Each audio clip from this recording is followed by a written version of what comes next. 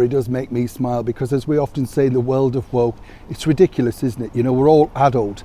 We kind of know what things are. You kind of work out exactly what things mean to you. You get the picture.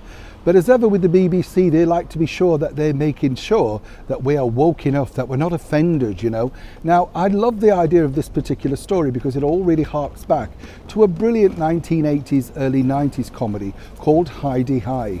I don't know if you've seen it, but it's absolutely hilarious. It's set in a holiday camp in the late 50s, 60s, and really, if you ever went to one of those camps like Pontins, Butlins, you'll recognise many of the characters.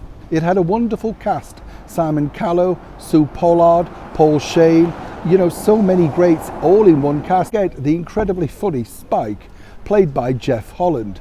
What I liked about that was he was the comic that never quite got it, but also learned to live with his failure, all thanks to Ted Bovis. Now, these are the things you see that you won't see on the BBC, despite you paying your licence fee. No, they decide that they don't want you to watch programmes like Hedi High, It Ain't Half Hot Mum, Are You Being Served? All the 70s classics that really sort of typify Britishness, our humour, what we stand for. Now they've decided to sell it along to BritBox, which is another streaming service that you can pay for. Absolutely. You've paid once, so you pay again. But however, this time around, the BBC have decided to issue trigger warnings ahead of the programme.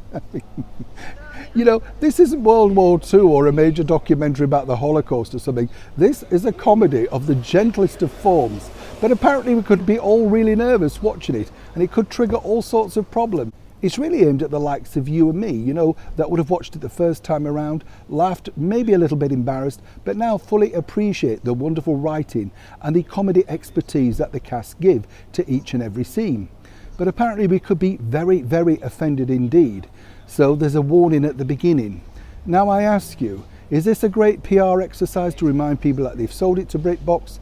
Or is it truly, have we got to this particular stage that even something so simple, so gentle, and more importantly, so funny, has to have a trigger warning? How on earth did we ever get through the last 50, 80 years? Neil Sean in the very heart of London.